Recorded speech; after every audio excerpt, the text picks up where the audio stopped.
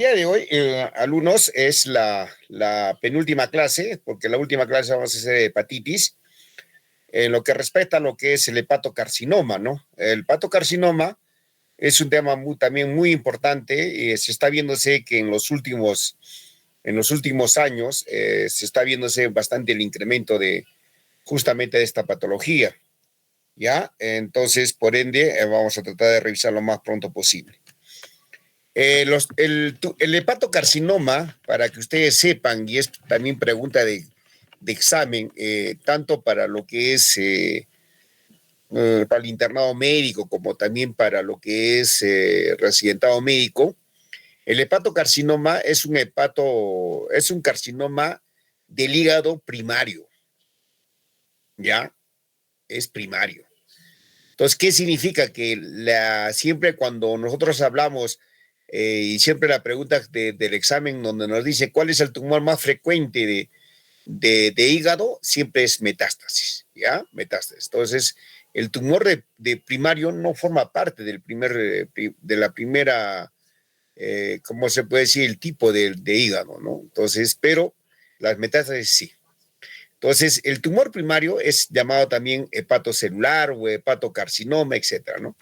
Los tumores hepáticos generalmente se originan en los hepatocitos y donde generalmente en el epitelio de los conductos o tejidos mesenquimatoso y pueden propagarse hacia el hígado desde las lesiones primarias localizadas en órganos alejados o vecinos, ¿ya?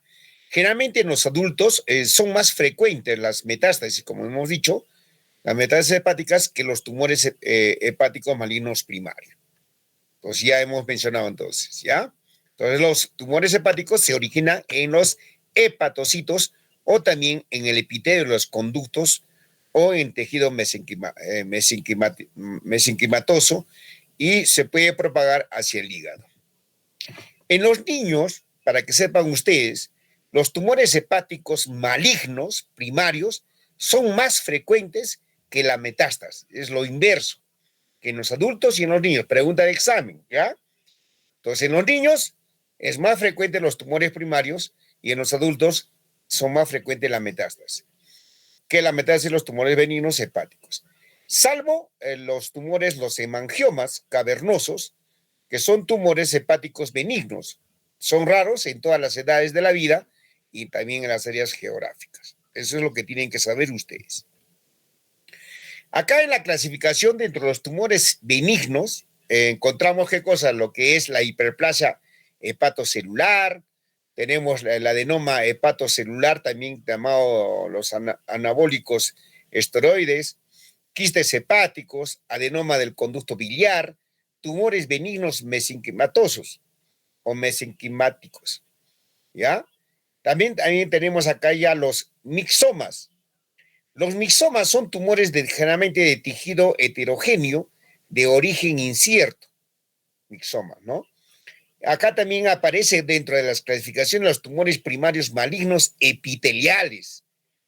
¿Cuáles van a ser? Es el tumor hepatocelular, ¿ya? El tumor hepatocelular o hepatocarcinoma.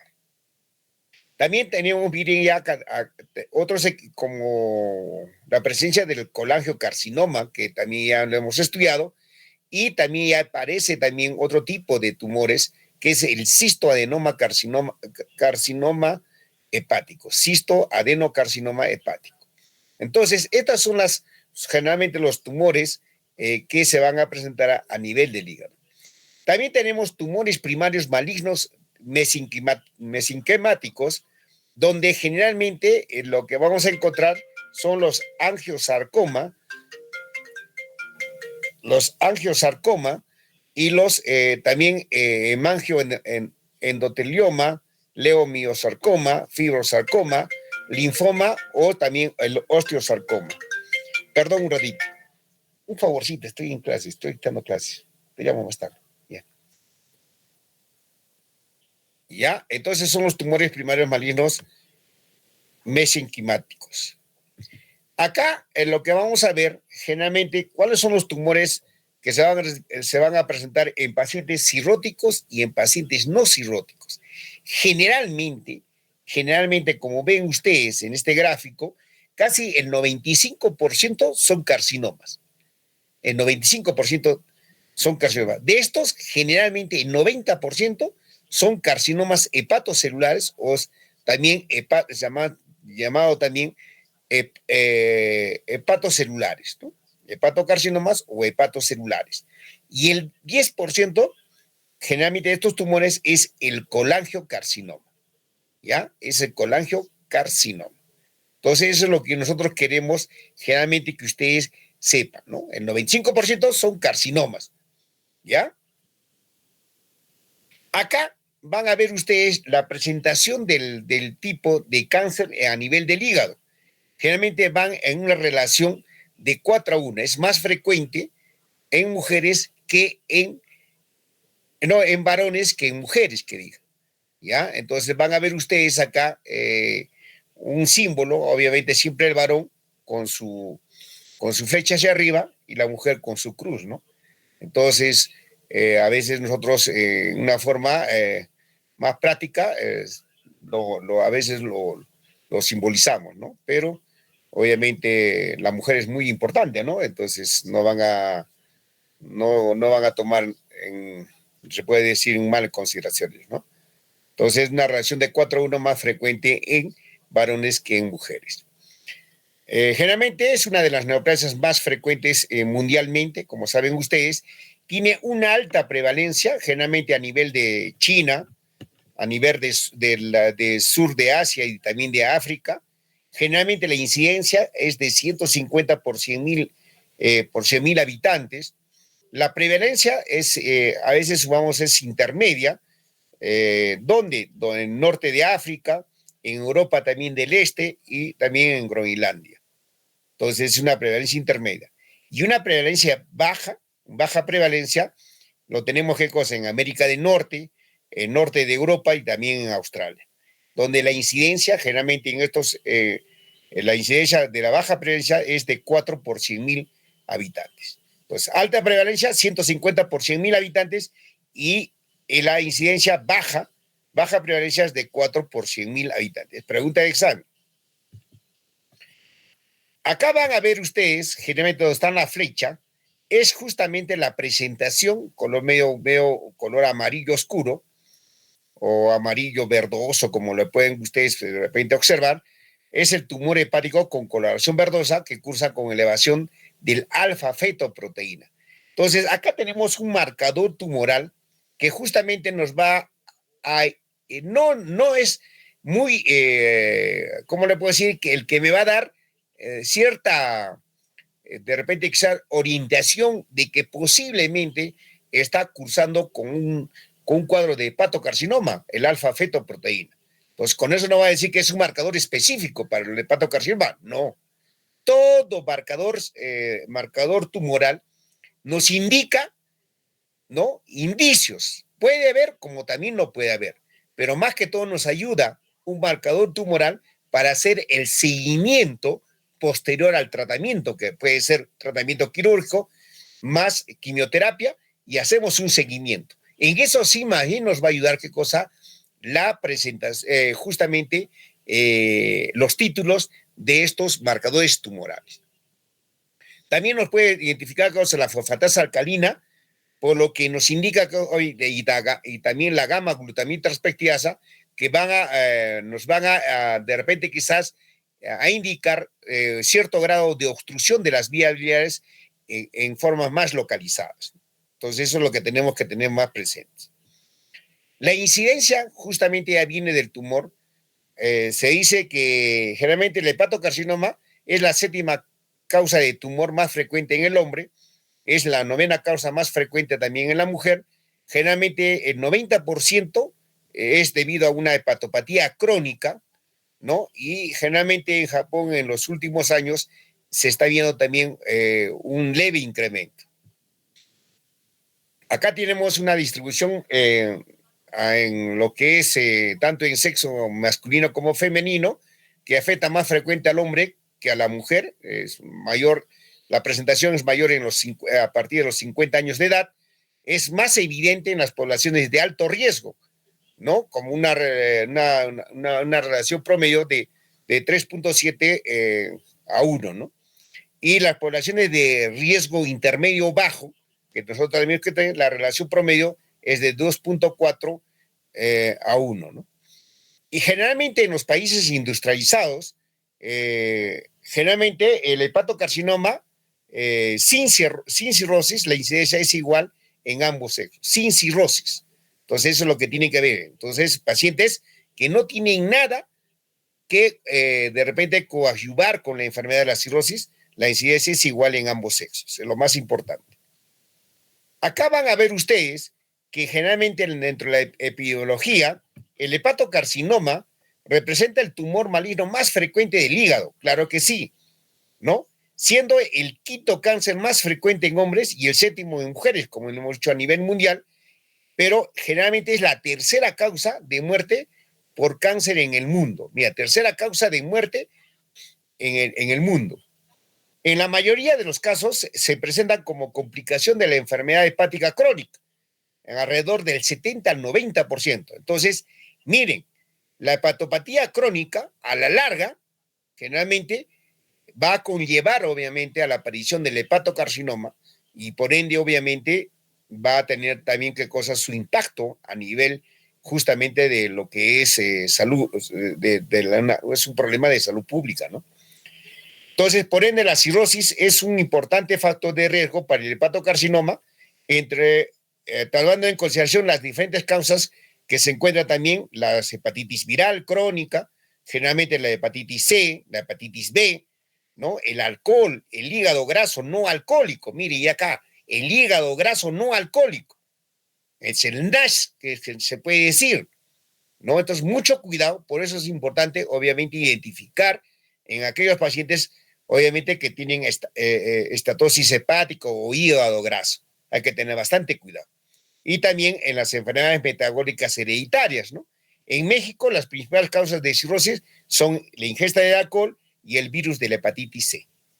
Entonces, tal igual como también acá en nuestro medio, más que todo específicamente en el Perú.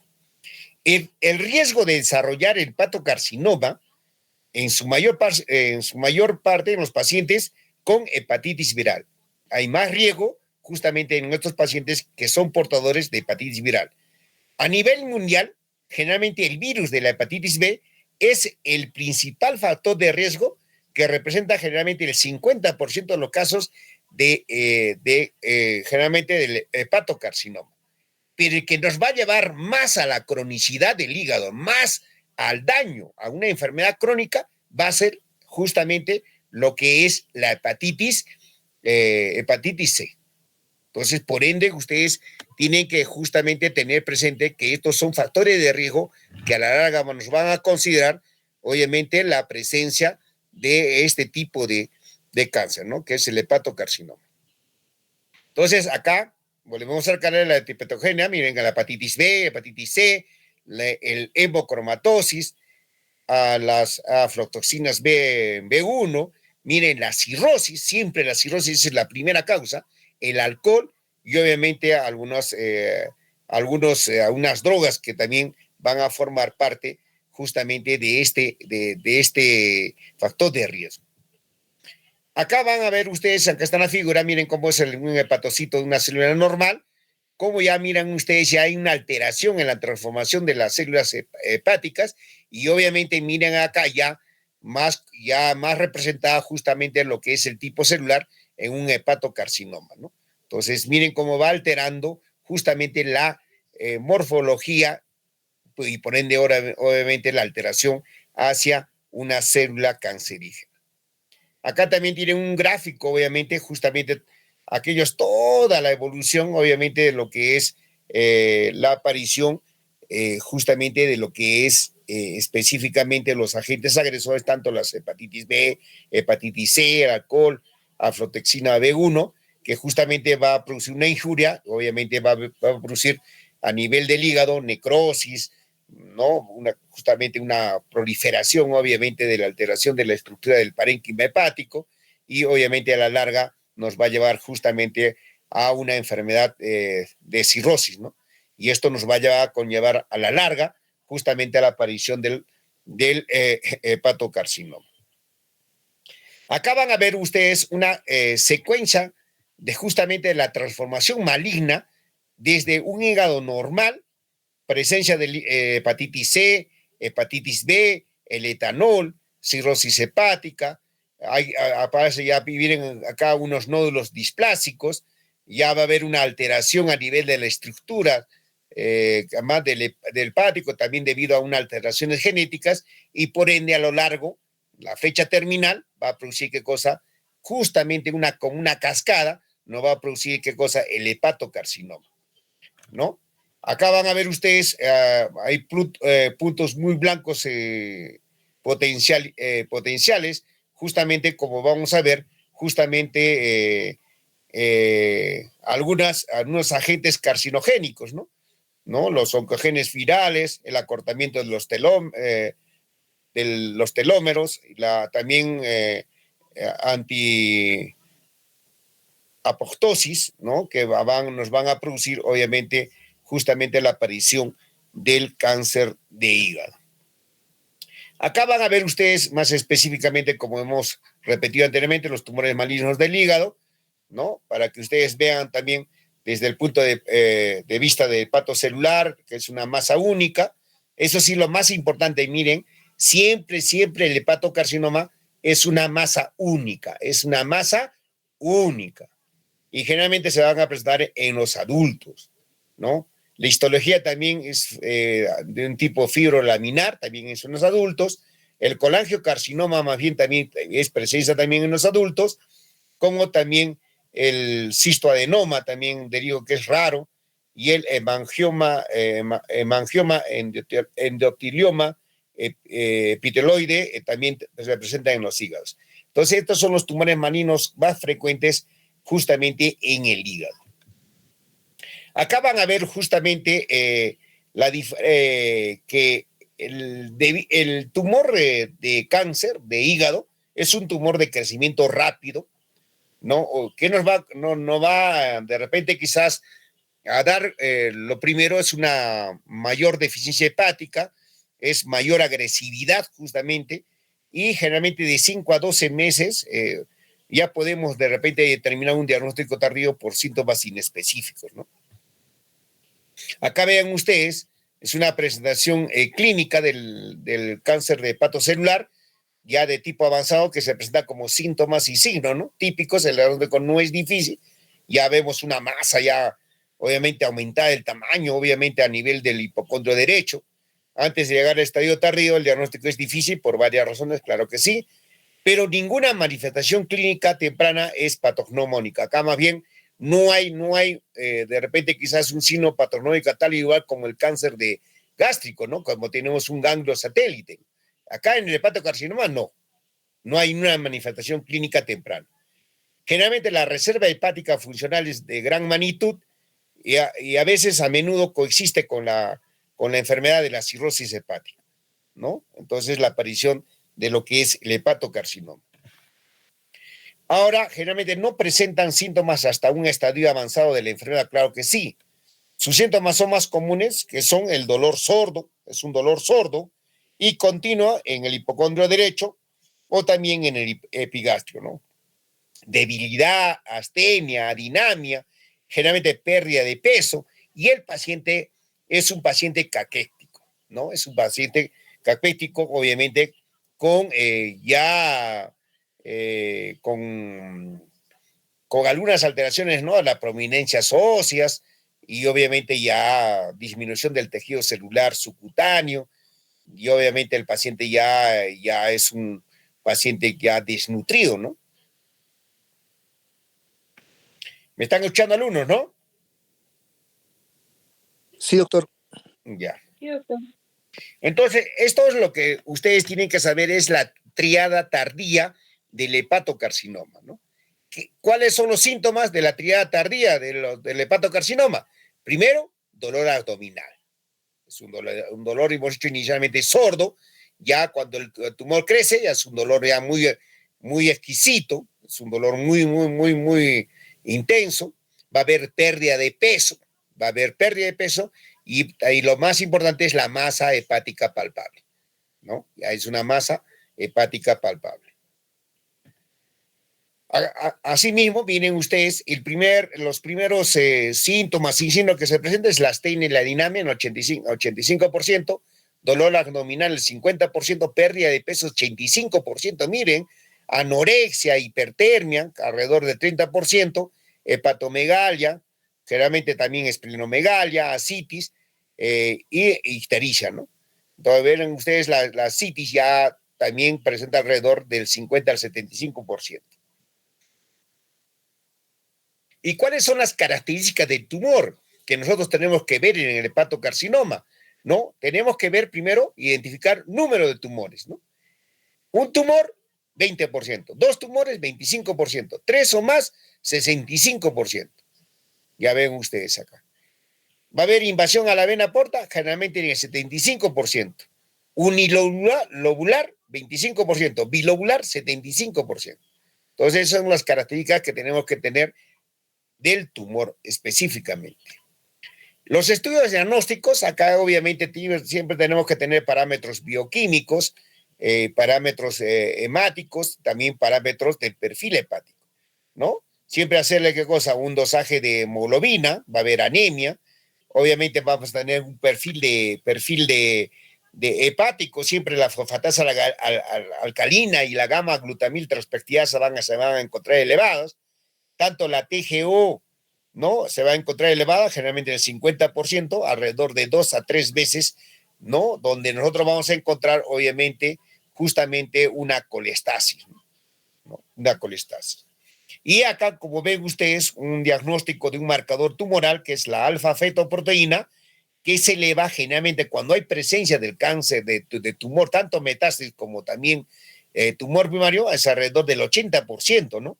Y el diagnóstico generalmente van a ver ustedes que generalmente son altos los valores del alfa-fetoproteína, van a ser alrededor de 500 nanogramos por decilitro, ¿no? Ahorita vienen con 2.000, 3.000.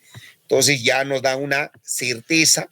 No es definitivo, porque el estudio definitivo que me va a dar el hepatocarcinoma justamente es la biopsia, ¿no? Pero ya es un dicho que posiblemente esté cruzado con un cuadro de hepatocarcinoma, ¿no? La alfa-fetoproteína. Acá van a ver ustedes justamente los diferentes, algunos exámenes que se piden, ¿no? A la alfa-fetoproteína, miren su sensibilidad, su especificidad, alcanza justamente alrededor del 90%, ¿no?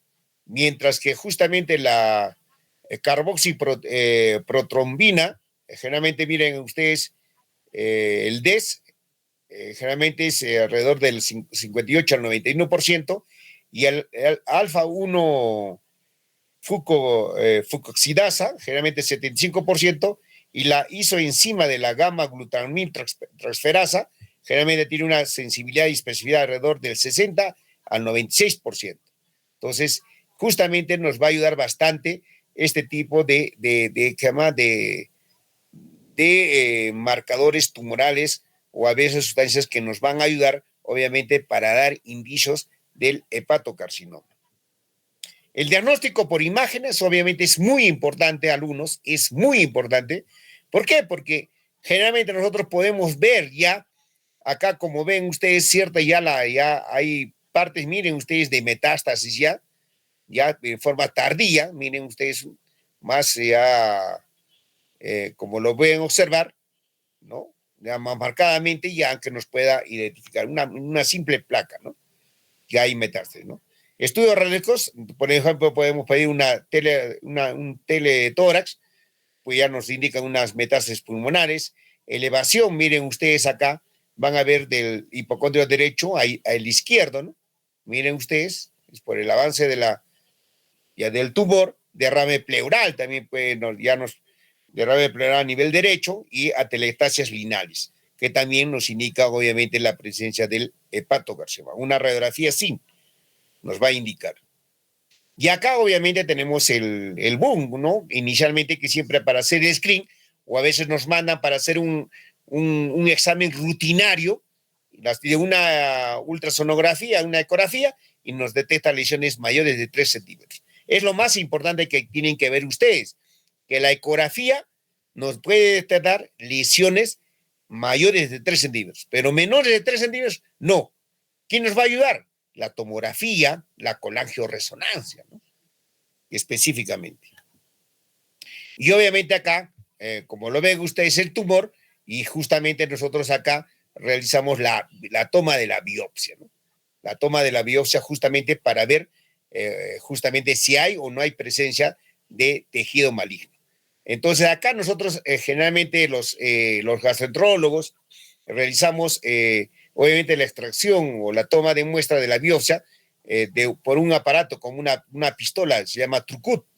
Y el trucut obviamente ubicamos justamente con ayuda de la ecografía, ubicamos dónde puede ir esta la masa y disparamos y sacamos una pequeña muestra y lo llevamos obviamente ante el anatomopatólogo para que nos indique si es una célula benigna o no es una masa benigna o es una masa maligna, ¿no? Entonces ya nosotros identificamos con exactitud qué tipo de lesión es, ¿no?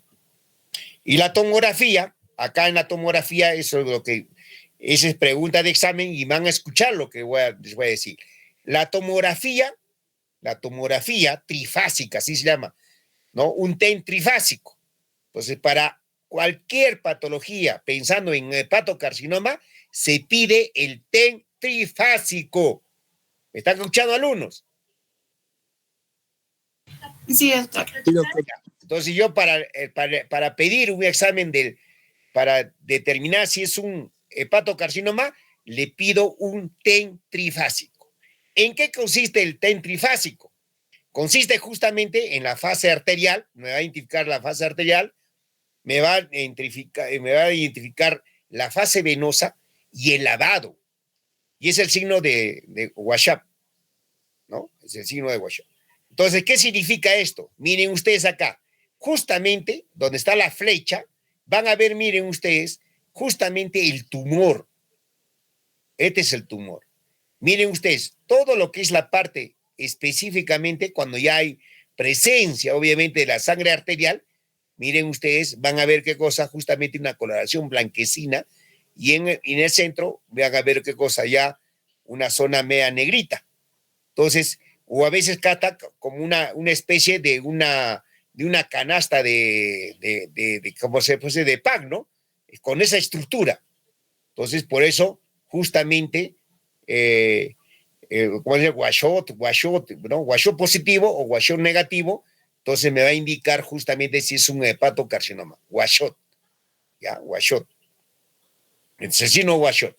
Entonces, si acá en el TEN trifásico me sale positivo, ya tengo la seguridad, casi el 90 al 95%, que sí es un hepatocarcinoma. Entonces, el TAC no invasiva es óptima para el lóbulo izquierdo y define justamente las lesiones hipovasculares y también define qué cosas, lesiones periféricas. Ya, no se olviden, alumnos. Entonces, para determinar un hepatocarcinoma o un tumor primario de hígado, se pide qué cosa, un TEN trifásico. ¿Ya? No se van a olvidar, alumnos. Es pregunta de examen. Obviamente hay otro examen que se pide, que es la arteriografía, ¿no? ¿Y en qué nos va a ayudar? Define muy bien la vascularidad, nos define las variaciones anatómicas de los vasos sanguíneos, determina justamente el compromiso de la vena cava inferior, de la vena porta, obviamente, define las pequeñas lesiones hipervasculares, como han visto ustedes acá, miren, todo me los define bien, justamente el tumor, también nos define qué cosa, determina la extinción de la enfermedad, del tumor, pero mejor que la tomografía para lesiones hipervasculares menor de 2 centímetros. Entonces, la radiografía me va a ayudar, ¿qué cosa? Justamente en las lesiones menores de 2 centímetros. Ya, alumnos, no se van a olvidar. Y acá van a ver ustedes, justamente para que ustedes en ciencia cierta sepan cuándo pedir algunos exámenes, ¿no? Si tengo un nódulo detectado en la ecografía de pacientes con cirrosis, miren, menor de 1 centímetro, ¿no? Ecografía de control cada tres meses. No hay crecimiento, comenzamos a prolongar cada 18 a 24 meses. Y obviamente volver justamente de nuevo a realizar el cribado, ¿no? Convencional, una ecografía cada 6 meses. Pero si nosotros vemos que la ecografía de control cada 3 meses hay crecimiento, y obviamente va a ser mayor de 1 centímetro, ¿qué hacemos? La resonancia magnética o la tomografía computarizada o el TEN trifásico, ¿no? Ahora, en la resonancia magnética o la tomografía computarizada, tenemos un patrón de repente típico ya de lo que es la neoplasia, ¿no? Tenemos un diagnóstico ya concluyente de lo que es hepatocarcinoma. Ahora, si no hay un patrón típico, obviamente, realizamos ¿qué cosa? Una prueba de imagen, hay mucho, una tomografía computarizada o una resonancia magnética, ¿no? Si es patrón típico, definitivamente tenemos un diagnóstico concluyente de hepatocarcinoma. Si no es un patrón definitivo, obviamente le realizamos una biopsia. Ahí se realiza recién la biopsia. Y si la biopsia es positiva, ¿no? Si la biopsia es positiva, ya tenemos un diagnóstico concluyente de hepatocarcinoma. Si la biopsia es negativa, ¿no? Ya obviamente ya tenemos ¿qué cosa? Una repetición de la biopsia de control. No estamos seguros, realizamos otra biopsia de control, ¿ya? Entonces, ese es justamente lo que es un nódulo detectado en la ecografía de pacientes con cirrosis, Por eso es importante. ¿Cuáles son los criterios diagnósticos, no? ¿Cuáles son los criterios diagnósticos justamente para demostrar, obviamente, si es un hepatocarcinoma, ¿no? Cualquiera de las tres, ¿no? Demostración por anatomía patológica, claro que sí. Una de ellas, ya tengo la biopsia positiva, ya es un hepatocarcinoma. Otro, la demostración por 2 técnicas de imagen que digan que es una lesión hipervascular, que capta contraste. Hemos dicho qué cosa es el TEN trifásico o la resonancia magnética, si lo pueden decir ustedes también. Y la demostración por una técnica de imagen más el alfa-fetoproteína elevada. Y si la alfa-fetoproteína me sale mayor de 400 nanogramos por mililitros y la imagen también obviamente es positiva, ya podemos diagnosticar que es un hepatocarcinoma. Me lo estudian bien estos alumnos, ¿ya? Me lo estudian bien porque de esto de uno siempre se les va a preguntar. Y acá viene lo que es la anatomía patológica, ¿no? Si es masivo o es nodular, ¿no? Generalmente masivo y nodular es mayor del 90% y difuso generalmente es el 10%, ¿ya? Tipos celulares puede ser trabecular, puede ser compacto, puede ser pseudoglandular o también pueden ser células claras. Entonces, justamente los tipos celulares que se presentan justamente en el hepatocarcinoma. Entonces, masivo y nodular, mayor del 90% y el difuso 10%. Acá tenemos el nodular, ¿no? Que generalmente representa aproximadamente el 75% de todos los carcinomas que generalmente coexisten con la cirrosis. Entonces, hay relación directa con cirrosis hepática. Esta variedad consiste en el número de nódulos que son redondos, irregulares, de diversos tamaños, ¿no? Diseminados en toda la extensión del hígado. Generalmente el tejido por lo general es blando y generalmente abulta, ¿no? La superficie, como ven ustedes acá en el gráfico, ¿no? Abulta, ¿no? Y es frecuentemente observar áreas de necrosis, claro que sí, áreas también de hemorragias, generalmente en el tipo nodular. Y en el tipo masivo, obviamente, es el más frecuente en no cirróticos, en pacientes que no tienen que ver nada con la enfermedad de la cirrosis. Generalmente son pacientes jóvenes, es una masa grande, bien circunscrita, a menudo generalmente están asociados a pequeños nódulos satélites, generalmente, así como lo ven acá en el gráfico, miren ustedes justamente el tipo masivo, y generalmente se asocia mayormente a la ruptura. Va a ver qué cosa, hemiperitoneo menor del 10%. Entonces ya miren cuál es la característica del tipo masivo del hepatocarcinoma.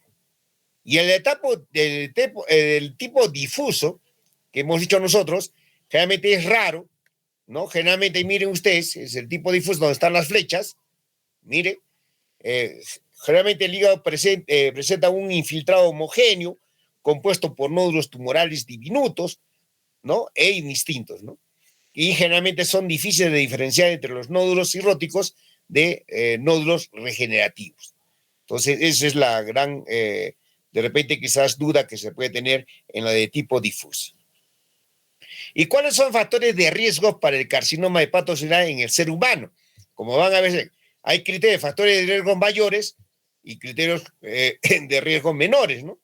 En mayores tenemos infección por el virus de la hepatitis B, ¿no? Crónica, infección por el virus de la hepatitis tanto de tipo C crónico, exposición por, obviamente, de la aflotoxina B1 y, obviamente, pacientes con cirrosis. Esos son los factores de riesgos mayores para lo que es el hepatocarcinoma.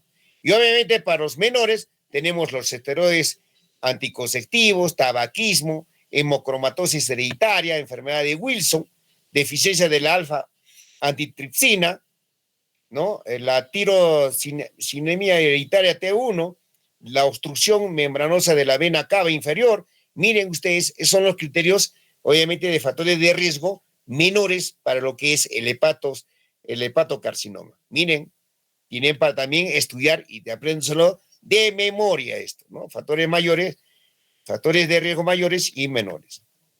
Y obviamente miren ustedes cómo la transformación, ¿no? Acá tenemos en este lado, mira, con un paciente, cuando hemos hablado de cirrosis hepática, ¿no?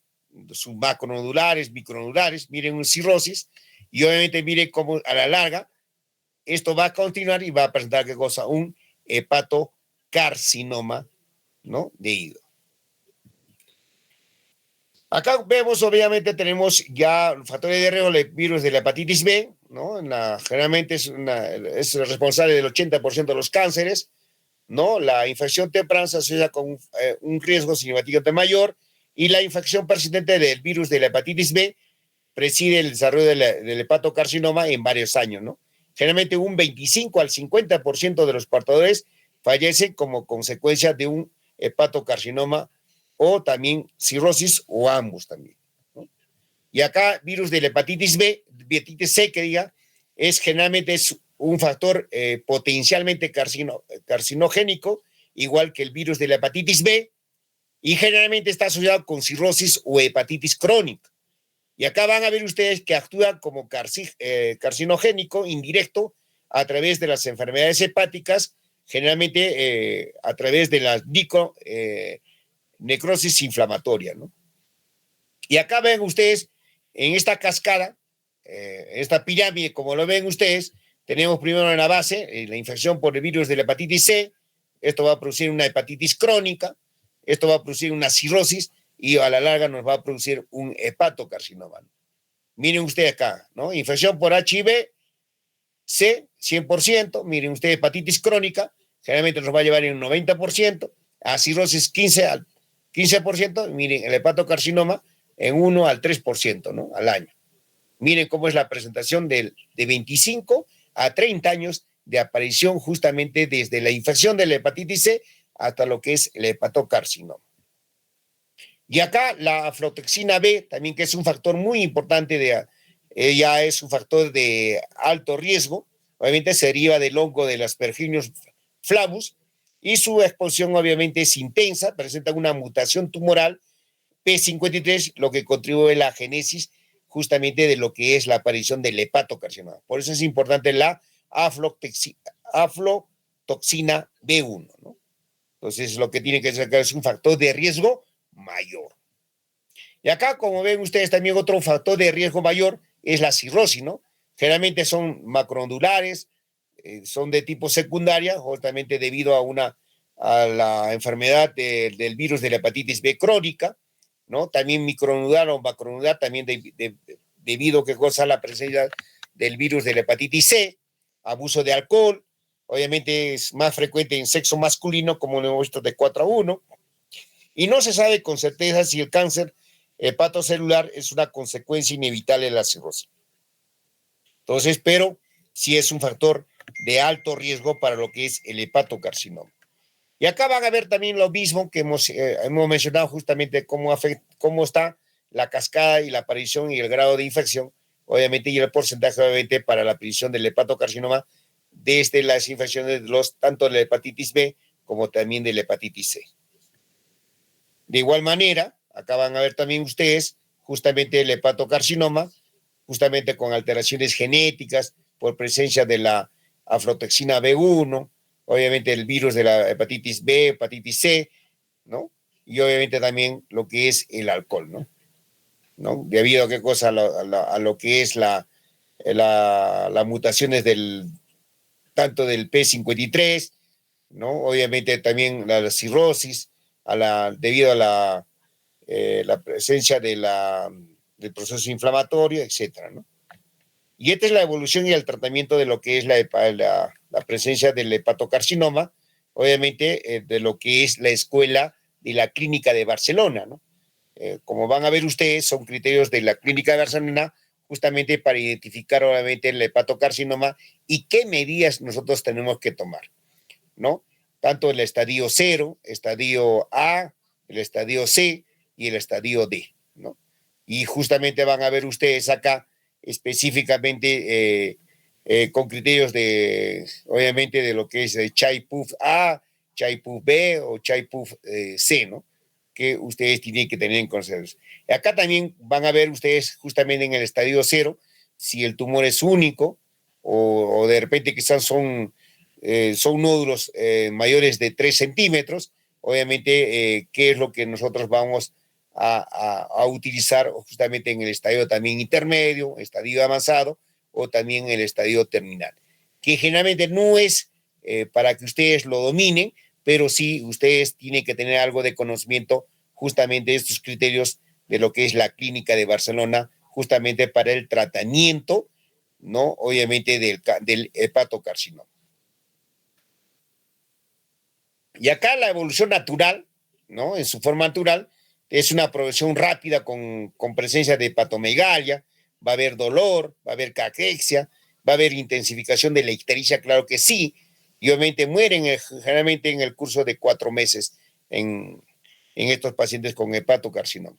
El tratamiento se debe justamente a la magnitud de la enfermedad, a la presencia o ausencia de la cirrosis o también del grado de la disfunción hepática, justamente producto del tumor, ¿no? Las quirúrgicos, obviamente, hacemos una resección, ¿no? En los de Chaif A tiene mejor pronóstico, tumor menor de 5 centímetros, no es invasivo portal, no hay invasión portal, la bilirrubina es normal, pero la recurrencia generalmente a los 3 años es en el 50%, ¿no?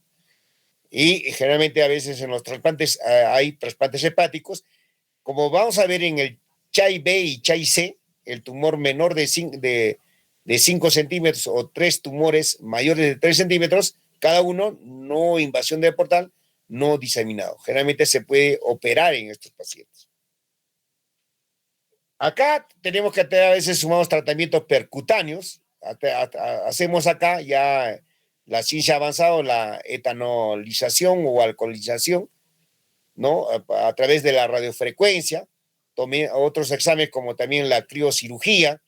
Podemos utilizar también a través de por ejemplo, tratamientos percutáneos. Los tratamientos percutáneos que se indica justamente son tratamientos paliativos, ¿no? Y acá ven ustedes la resección quirúrgica, generalmente ofrece pobre curación, rara vez es factible en la enfermedad, ¿no? Es a veces sintomática, se limita a un solo lóbulo. Lo ideal que obviamente identificamos el tejido tanto del hepático, ¿no? Identificamos el tumor, que no sea cirrótico, y generalmente el índice de elevación de la recurrencia después de la operación, hay recurrencia, ¿no? Es alto el índice elevado de recurrencia, y sin metástasis a distancia, ¿no? Que no tenga, obviamente, ya metástasis. Cuando es irresecable, obviamente ya cuando hay una afectación bilobular, va a haber afectación de metástasis peritoneal, va a haber ictericia y ascitis, ¿no? Eso es un tumor irresecable. ¿Y cuándo hacemos una inyección justamente de la alcoholización o inyección de alcohol? Generalmente utilizamos para lo que es el tratamiento paliativo en tumores pequeños, porque generalmente son múltiples, que son inoperables debido obviamente a su localización a nivel del hígado, o hay una disfunción hepática severa, ¿no? Y generalmente a veces es difícil determinar si se destruyen las células malignas o pueden favorecer la diseminación de la neoplasia.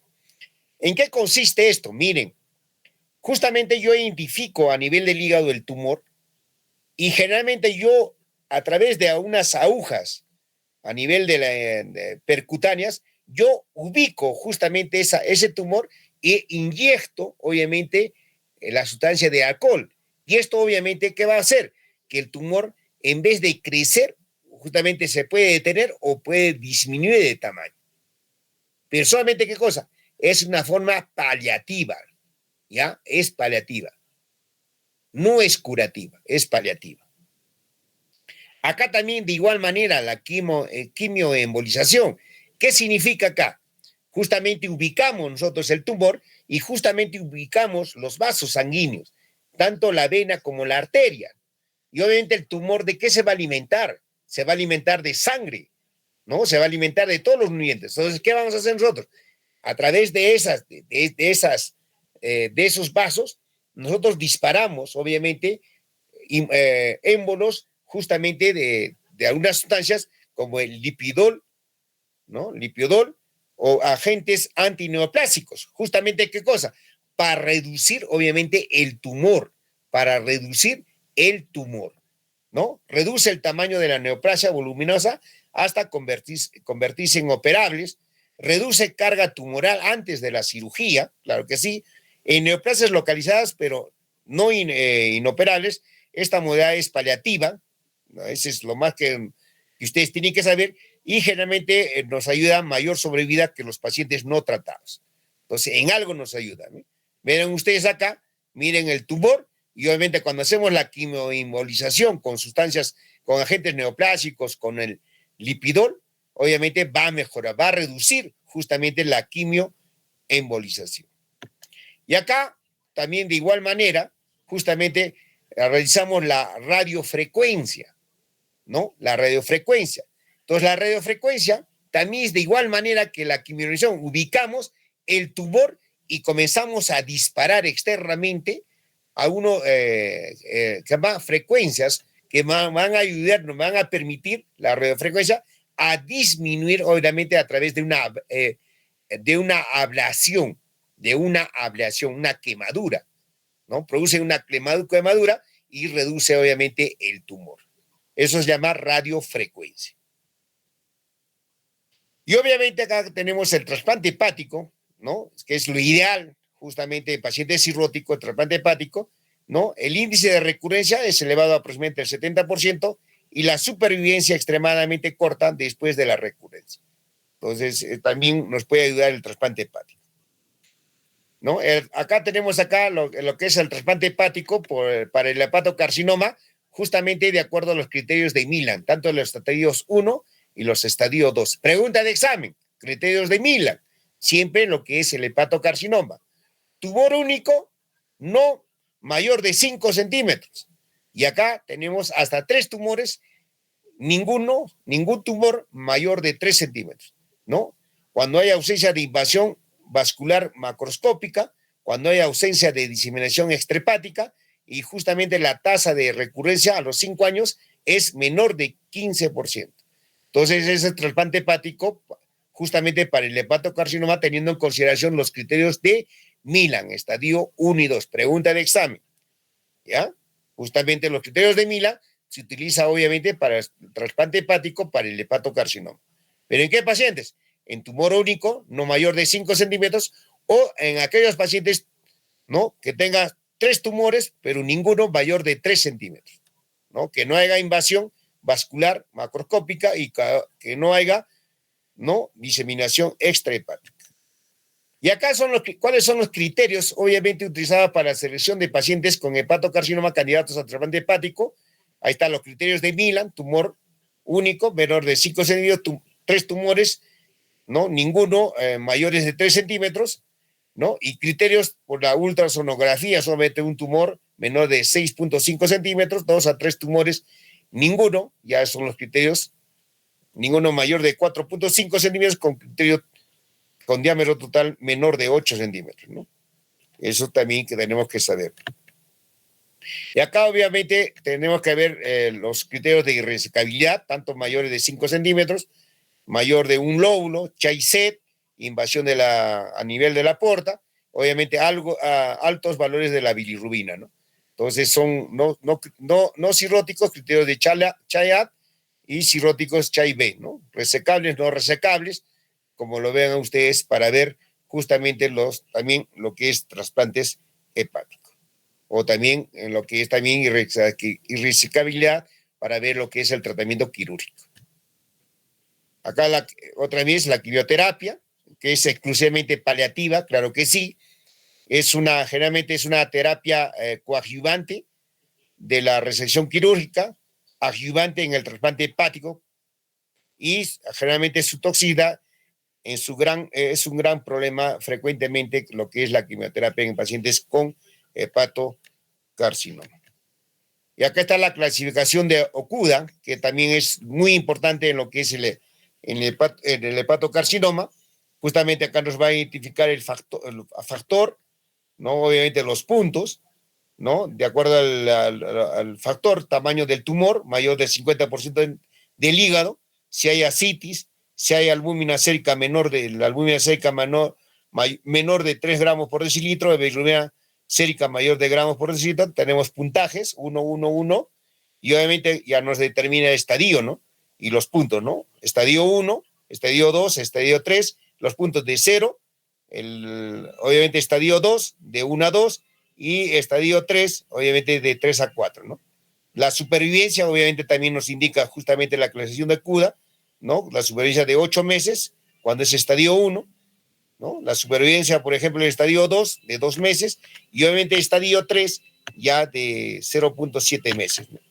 Entonces, en eso también es muy importante la clasificación de OCUDA en lo que es generalmente el hepatocarcinoma. Y acá tenemos el status performance, ¿no? Ese grado, ¿no? De 0, 1, 2, 3, hasta 4, hasta 5, ¿no? Y obviamente que acá vamos a ver justamente determinar la situación del hepatocarcinoma, justamente teniendo el status performance, que es muy importante. Y acá, como ven ustedes, justamente también es cómo determinamos y cómo debe ser el manejo justamente de lo que es el hepatocarcinoma y qué medidas tenemos que hacer, ¿no?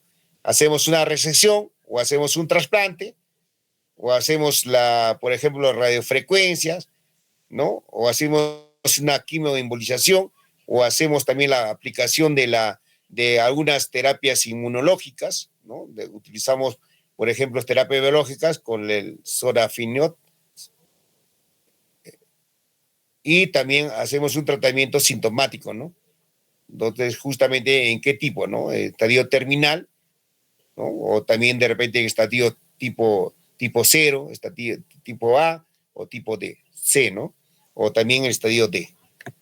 Y acá, por último, para terminar, es el carcinoma fibrolaminar, ¿no? Que generalmente constituyen el 10% de los hepatocarcinomas, que es lo más importante, y generalmente aparecen en el adulto joven, ¿no? Su etiología es desconocida y generalmente el 90% de los casos no aumenta la alfa-fetoproteína, ¿no? En los pacientes. Es un tumor circunscrito con laminillas fibrosas en su interior, es de crecimiento lento, es un, ¿no? Buen pronóstico, tras la cirugía generalmente el 50% de la supervivencia a los 5 años, y generalmente si no es resecable, se puede optar por el trasplante hepático. Entonces, justamente en estos tumores que hemos ya presidido, que son los carcinomas fibrolaminares. Y por conclusión, y por último, para acabar, que es la última diapositiva, generalmente la coexistencia de la cirrosis hepática con la enfermedad tumoral hace de esta enfermedad un reto para el tratamiento, claro que sí.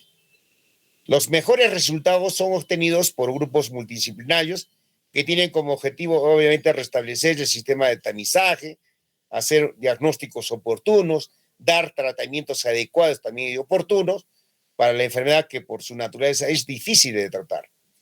Generalmente el conocimiento de las diferentes opciones terapéuticas para cada grupo de pacientes y sus contraindicaciones son esenciales, justamente tener en consideración, y obviamente para asegurar buenos desenlaces para los pacientes con hepatocarcinoma. Entonces, me imagino que ustedes obviamente lo van a ver ya lo han visto. Por ejemplo, hay bastante ya, obviamente, estudios avanzados de lo que es las diferentes, tanto el tratamiento de ablaciones, quimioembolizaciones, tanto tratamientos médicos, también quirúrgicos, en lo que es el hepatocarcinoma, y a veces está teniendo bastantes éxitos con el trasplante hepático. Entonces, eso sería con respecto a lo que es el hepatocarcinoma, y esperamos de repente quizás el día de mañana, si no es el mañana, es el día martes, ya para determinar justamente el último tema y determinar cuándo se va a dar el examen.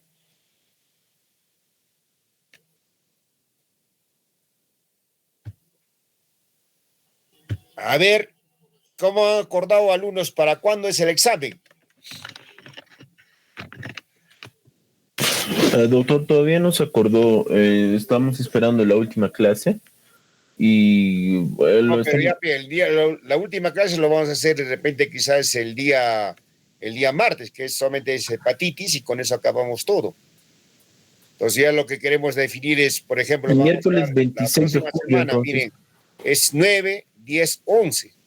Se puede dar de repente quizás el examen el día viernes. No, muy poco tiempo, doctor. Quizás podría ser para el jueves 20. No, pero tiene que hacerse el examen teórico práctico, pe.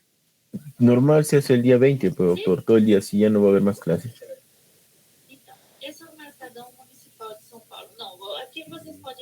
Aparte, el día viernes, doctor, tenemos evaluación, ya está programado. ¿Evaluación de? Urología, doctor. Ya, entonces el teórico práctico, ¿para cuándo quieren fijar ustedes? Y el último examen, porque justamente quiero sacar promedios ese mismo día y también ya justamente ya elevar las notas, ¿no? ¿Tendrían que ser 2 fechas en todo caso, doctor? No, pues claro, tiene que ser 2 fechas, ¿no? Primero hacemos el examen, por ejemplo, para mí, miren, es el día 11, 12, 13, 14, ustedes están dando examen de urología, viernes 14. Jueves creo que cae, doctor. No, viernes 14. Sí, jueves 14, doctor. Ya. ¿Sí sería posible para hacerlo el jueves 20? No, mucho tiempo es ya. Ya, mira, definitivamente el examen, para que ustedes estén fresquitos, el segundo examen va a ser el día martes. Sería, 14, 15, 16, 17, 18. Bien. Ya, el martes 18, a las 7 de la noche es el examen, el segundo examen de gastro. ¿Ya? Y el día 19, miércoles 19, es el examen teórico práctico. ¿Y en qué consistiría el examen teórico práctico, doctor? Es justamente con evaluación de lo que es, generalmente yo tomo, hay dos métodos que se toman, ¿no? Uno con paciente y el otro son 3 preguntas, obviamente que se tiende justamente a preguntar, ¿no? Obviamente de acuerdo a los temas que se ha de repente discutido, por ejemplo, ¿no? Y yo te puedo preguntar, dice, a ver, usted, ¿cuál sería el manejo adecuado de una pancreatitis aguda de acuerdo al criterio de severidad de Baltasar E, por ejemplo? O también le puede decir cuál sería el manejo de un paciente, por ejemplo, con hemorragia digestiva alta de tipo varicial, ¿no? Así se pregunta, entonces van anotando. Entonces sería una pregunta. La segunda pregunta, obviamente, ya sería qué cosa. De repente quizás dime los criterios de Roma para lo que, de Roma 3 o de Roma 4 para lo que es el estreñimiento, o también puede ser para el síndrome de intestino irritable. Y el último tema se toma qué cosa. Justamente se da la viabilidad para que ustedes, yo siempre les digo, ¿no? A ver, qué tema ha estudiado bien. Doctor, yo he estudiado cirrosis hepática, yo he estudiado síndrome de intestino irritable. Entonces yo le hago una pregunta. Me imagino que ustedes, si ustedes han estudiado bien un tema, lo deben dominar bien el tema. Entonces se pregunta cualquier tema. O si no, también se lleva al paciente, ¿no? Por ejemplo, yo ubico 2 pacientes, 3 pacientes y pongo qué cosa, 2 alumnos. Y en los 2 alumnos obviamente me tienen que dar justamente lo que se...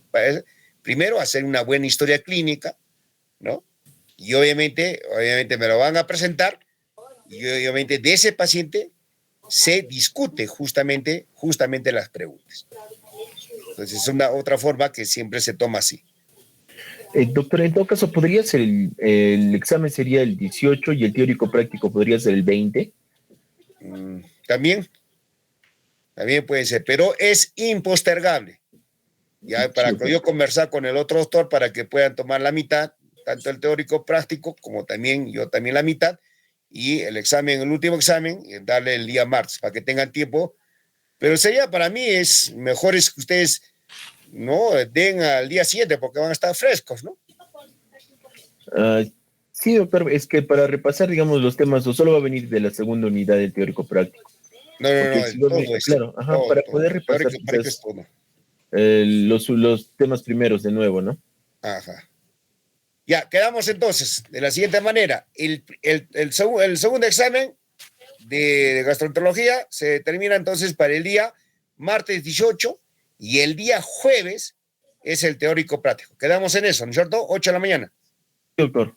8 de la mañana en Juliaca o en Puno también, todo va a ser en Puno. No, vamos a hacer tanto la mitad en Puno y la mitad en Juliaca. ¿Ya? Bien, doctor. Ya vamos a conversar con eso con el doctor, cómo vamos a hacer. ¿Están de acuerdo? Impostergable, solamente salvo que cierren la universidad el día martes, ¿no? Cierto. Ya, si no, en otro sitio. ¿Están de acuerdo? ¿Qué opinan tus compañeros? Si alguno quisiera pronunciarse, compañeros, por favor.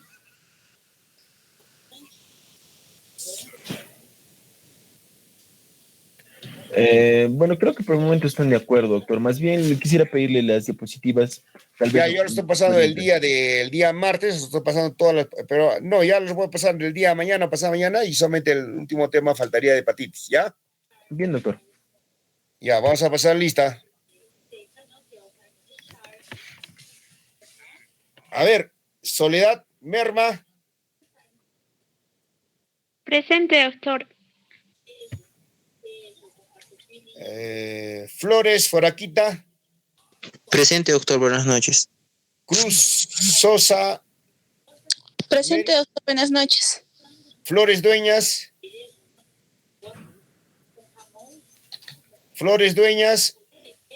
¿Dónde está? Gaby Castro. Presente, doctor, buenas noches. González Cayo. Presente, doctor, buenas noches. Jessica. Presente, doctor, buenas noches. Yair André. Presente, doctor, buenas noches. Juan Pablo Washington. Presente, doctor, buenas noches. Julio Constantino.